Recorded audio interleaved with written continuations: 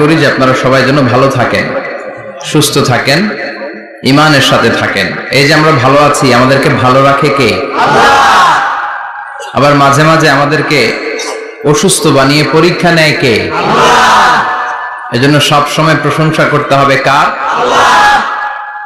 সুস্থ অবস্থায়ও আল্লাহ, আবার অসুস্থ অবস্থায়ও আল্লাহ।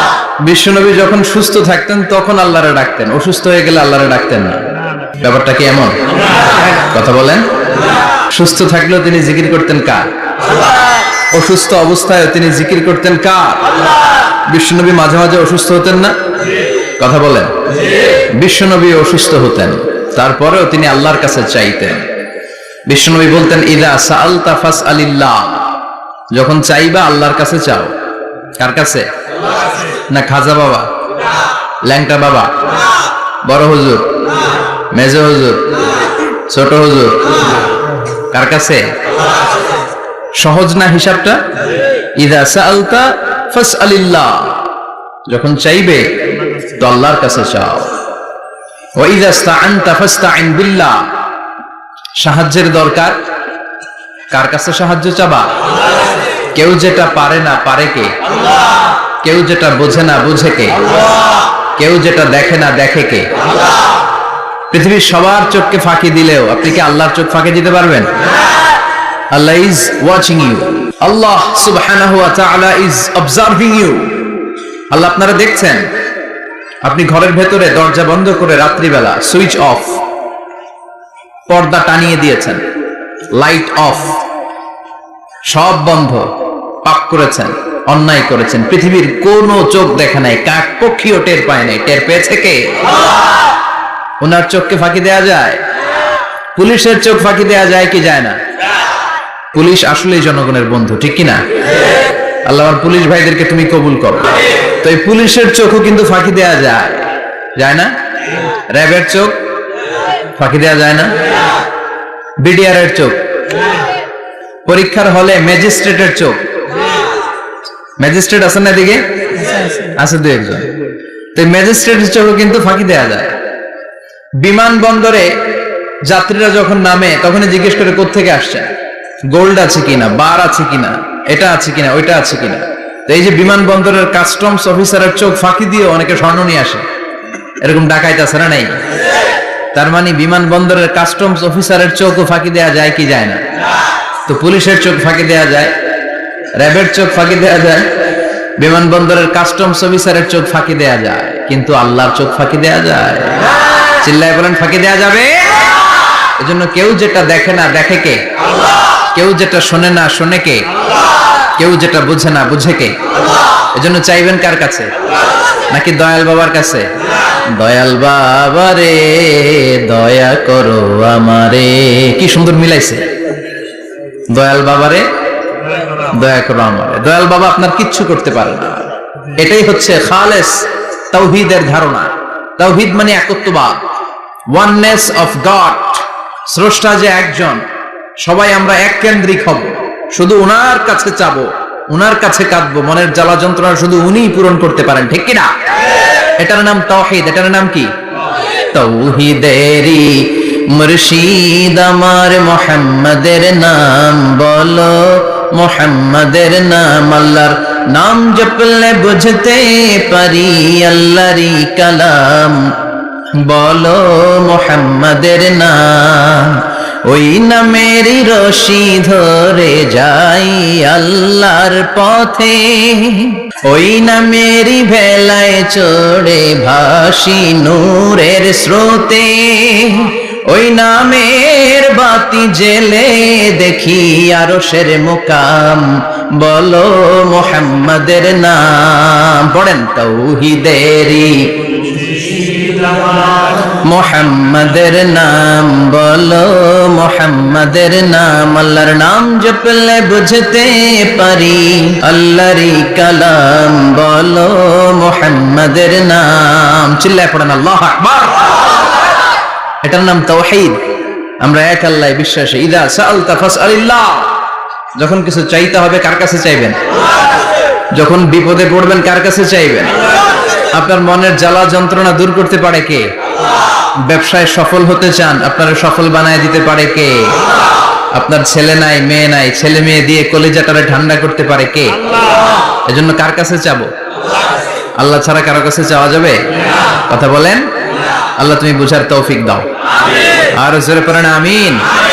এজন্য প্রত্যেক সালাতের পরে আমরা পড়ি রাদিতু বিল্লাহি ওয়া বিল ইসলামি ওয়া বি মুহাম্মাদিন নবিয়ান ওয়া রাসূলা। আল্লাহর রব হিসেবে পেয়ে আমরা খুশি না বেজার?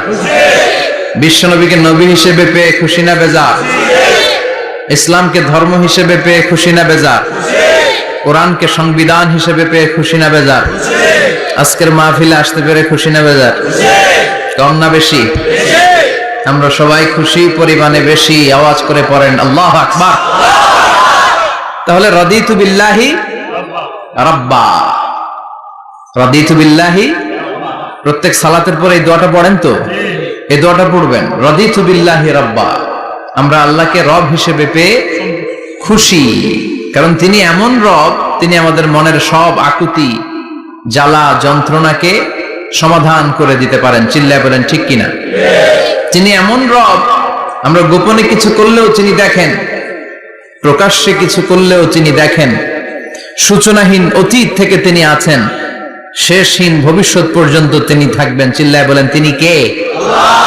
এজন্য রাব্বুল আলামিন বলেন, হুয়াল আউয়াল ওয়াল আখির ওয়াল যাহির ওয়াল বাতিন ওয়া হুয়া বিকুল্লি শাইইন আলিম। আল্লাহ বললেন আমি প্রথম, আমি শেষ, আমি প্রকাশ্য, আমি গোপন। ঠিক কি না? প্রথমে কে? আওয়াজ করে বলতে হবে, প্রথমে কে? প্রথমে আল্লাহ আল্লাহ, শেষেও আল্লাহ আল্লাহ, আকাশে আল্লাহ আল্লাহ, জমিনে আল্লাহ আল্লাহ। চিল্লায় পড়েন, প্রথমে আল্লাহ আল্লাহ, শেষেও আল্লাহ আল্লাহ, আকাশে আল্লাহ আল্লাহ, জমিনে আল্লাহ আল্লাহ। নিখিল জাহান গাই গুণগান তার নামে গাই, আমরাও গাহি তাআলা হামদে বারি তাআলা, হামদে বারি তাআলা, হামদে বারি তাআলা। চিল্লায় পড়েন আল্লাহু আকবার। হুয়াল আউয়াল ওয়াল আখির ওয়াল যাহির ওয়াল বাতিন। তিনি প্রথম, তার আগে কেউ আছে? কথা কন। তিনি কবে থেকে আছেন? অনেক সময় আমাদের মাথায় প্রশ্ন জাগে, এই যে আল্লাহ আছে, কবে থেকে আছে?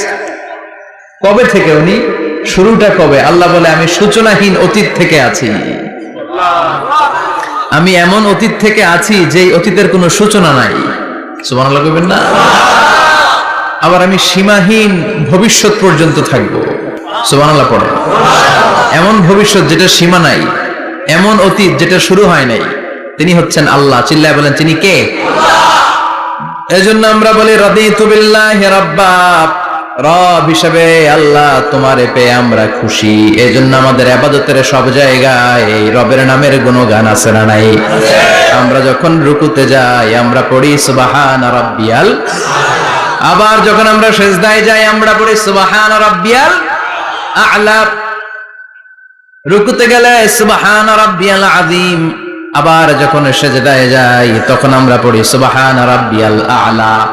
আবার কবরের জীবন যখন আমরা শুরু করে দিব, কবরের প্রথম প্রশ্ন হবে তোমার রবের নাম কি? আমরা বলবো আল্লাহ আমারে রব, আল্লাহ আমারে রব, এই রবি আমার সব। দমে দমে তনু মনে তারি অনুভব, তোমার দুনিয়াতে আমি যেদিকে তাকাই অথই নেয়ামতে ডুবে আছি সবাই।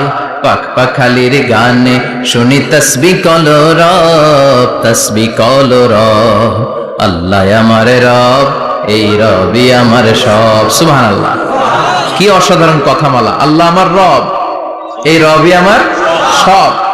আল্লাহ যদি আমার সাথে থাকে পৃথিবীর কোনো শক্তি আমার থামাতে পারবে না। চিল্লায় বলেন ঠিক কিনা? আর এই রবকে যদি তুমি হারাও, রব যদি আমার বিপক্ষে চলে যায়, পৃথিবীর কোন শক্তি আমার কোন উপকার করতে পারবে? এজন্য বিশ্বনবী বলতেন ইযা সাআলতা ফাসআলিল্লাহ ওয়া ইযা ইসতাআনতা ফাসতাইন বিল্লাহ। যখন সাহায্য চাইতে মনে চাইবে, সাহায্য চাইবা কার কাছে? আমাদের কোনো গুরুত্বপূর্ণ ঘটনা ঘটলে, গুরুত্বপূর্ণ লাইফ ইভেন্ট ঘটলে, কিংবা আমরা কোনো বিপদে পড়লে সবার আগে আমরা ফেসবুকে শেয়ার দিই, ঠিক না? কথা কন। ফেসবুক অ্যাকাউন্ট নাই কার কার দেখি, ওই আল্লাহর ওলিদেরকে একটু দেখে রাখি। মাশাআল্লাহ, অনেকের নাই, অনেকের ফেসবুক অ্যাকাউন্ট নাই। তো এটাকে ভালো কাজে লাগানো উচিত। যেটাই আমরা করি এটা যেন ইসলামের পক্ষে যায়, ঠিক কিনা? মিন হুসনি ইসলামিল মারই তারকুহু মা লা ইয়ানিহি। ব্যক্তির ইসলামের সৌন্দর্য হচ্ছে যে অনর্থক কাজ ব্যক্তি করবে না। যে কাজে সওয়াব আছে, যে কাজে কল্যাণ আছে, ব্যক্তি শুধু ওই কাজটা করবে। চিৎকার করে বলেন ঠিক কিনা? অনর্থক কাজ করা ঠিক না, অনর্থক কথা বলা ঠিক না, অনর্থক সম্পদ নষ্ট করা ঠিক না, অনর্থক টাইম পাস করা ঠিক না। কারণ মুমিন জানে মা ইয়ালফিযু মিন কাউলিন ইল্লা লাদাইহি রাকিবুন আতীদ। মুমিনের জিহ্বা দিয়ে যা বের হয় তার প্রতিটি শব্দ পাই পাই করে হিসাব নিবে কে? আল্লাহ। আমাদের জীবনে অনর্থক কথা আছে না নাই? চায়ের দোকানে বসলে অপ্রয়োজনীয় আলাপ, নিজেরও কাজে লাগে না, ফ্যামিলিরও কাজে লাগে না, ইসলামেরও কাজে লাগে না, খালি খোঁচাখুচি ঠেলাঠেলি বাড়ায়। এরকম ডাকাত আছে না নাই? অপ্রয়োজনীয় কথা, অপ্রয়োজনীয় কাজও আছে না নাই এদেশে? দেদারস মানুষ করে বেড়াচ্ছে অপ্রয়োজনীয় কাজ। হুজুরে পাইলে হাজার হাজার ছবি আছে না নাই? এটা অপ্রয়োজনীয় না? হজে গিয়েছিলাম, কমসে কম 10,000 ছবি তুলছে আমার সাথে হাজিরা। অপ্রয়োজনীয়, প্রয়োজন নাই। এসেছে ইবাদত করতে, হুজুর একটা সেলফি। ইয়াং ছেলেপেলারা সেলফি তুলে বেশি, আর বুঝলাম না আঙ্গুল দুটো এরকম করে রাখে। আমি বললাম এটা কি? হুজুর ইটস গ্যাংনাম স্টাইল। এটা কি? Gangnam style. এরকম বাঁকা করে থাকবে আর এরকম দুটো ছবি তুলবে। এগুলো অনর্থক। মুমিন ওই কাজ করবে যে কাজটা constructive, fruitful for him, for his family and for the society, যেটা তার নিজের কাজে আসবে, যেটা তার ফ্যামিলির কাজে আসবে, যেটা সমাজের কাজে আসবে। এই কাজগুলো করার দরকার আছে না নাই? আমার দেশের যুবক ছেলেগুলো অপ্রয়োজনীয় কোনো কারণ নাই এই সমস্ত কাজে ঝগড়া বিবাদে আলাপে লিপ্ত থাকার কারণে তাদের যে ইনোভেটিভ পাওয়ার আল্লাহ তাআলা দিয়েছেন এটাকে তারা কাজে লাগাতে পারে না। আমাদের দেশের যুবকদের কিন্তু অনেক ম্যারিট,